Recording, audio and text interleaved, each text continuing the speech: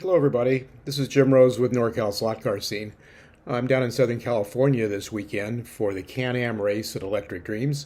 So I thought I'd just give you a little bit of an update on what's going on. We had a practice session this afternoon.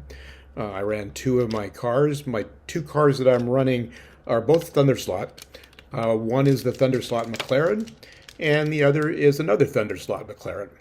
There are a few differences in the rules that we run in Northern California, so I'm going to let you know what I've done to these cars. Both cars are pretty much the same. When you look at the chassis, there's lead about 5 grams right in front of the motor, and there's a little bit about 2 grams on each side of the chassis. So that's pretty much it. The basic setup is the same. My primary car, the orange McLaren, is set up very light. We don't allow this in Northern California, but the Electric Dreams rules allow us to run hollow axles. The hollow axles are almost a gram lighter than the standard steel axle. So when I put the hollow axle in the front, I added about a 1 gram piece of lead right over the guide to counteract the fact that the axle is lighter. So I've got the same weight, but it's lowered the center of gravity. Nothing in the back, just the standard weight that I mentioned before, the 5 grams in front and 2 grams on each side of the car.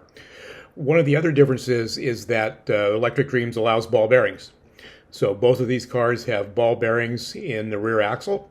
Takes a little bit of getting them in because they're just a hair oversized, so you have to ream out the holes so the bearings don't bind when they fit in the motor pod. So that's pretty much it for the differences in the car from Northern California to Electric Dreams. These are my standard 5206 NSR tires on Thunderslot wheels.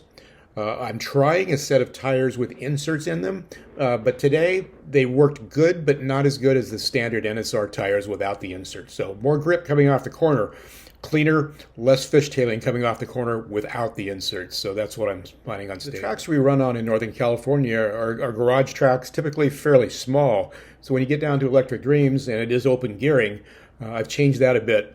I'm using the stock Thunderslot crown gear, but I've changed the pinion from the stock 11 to an NSR, I think it's brass 12-tooth pinion. And I may try a 31-tooth spur gear tomorrow, but the 32-12 pinion worked extremely well, comes hard off the corners, easy to drive. Pretty much it for the two cars. They're both McLarens. Interestingly enough, they're hard chassis, hard motor pods. The Lola T70 chassis fits on the McLaren. So the car here with the darker chassis is a Lola chassis, even though they're going on McLaren bodies. The only difference is in the front. You can see a little bit here. There's a little bit added the lip on the McLaren chassis. But other than that, the chassis are identical, so they're interchangeable. So I'm using Lola on one, McLaren on the other, and both McLaren bodies. The reason that I standardized on the McLaren body is, one, I like the looks better, and two, it's much easier to get the tires under the wheel wells. When you take a look at this car, the McLaren Elva is the easiest because it's got huge wheel wells, but the McLaren M6 is very easy to get the tires under, whereas the Lola T70, there's a lip that comes down, so it's a little bit more restrictive. So those are the two reasons I went with both McLaren bodies.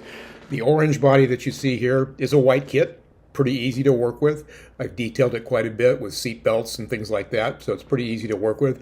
This is to me a bright orange over a pink primer, and I think it looks pretty good in terms of being very close to the McLaren colors. So anyway, that's it for now.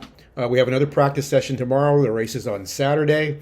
It's being live streamed from Electric Dreams, I would assume on their YouTube channel, if not on their website. So check that out, Saturday, live streaming of the race.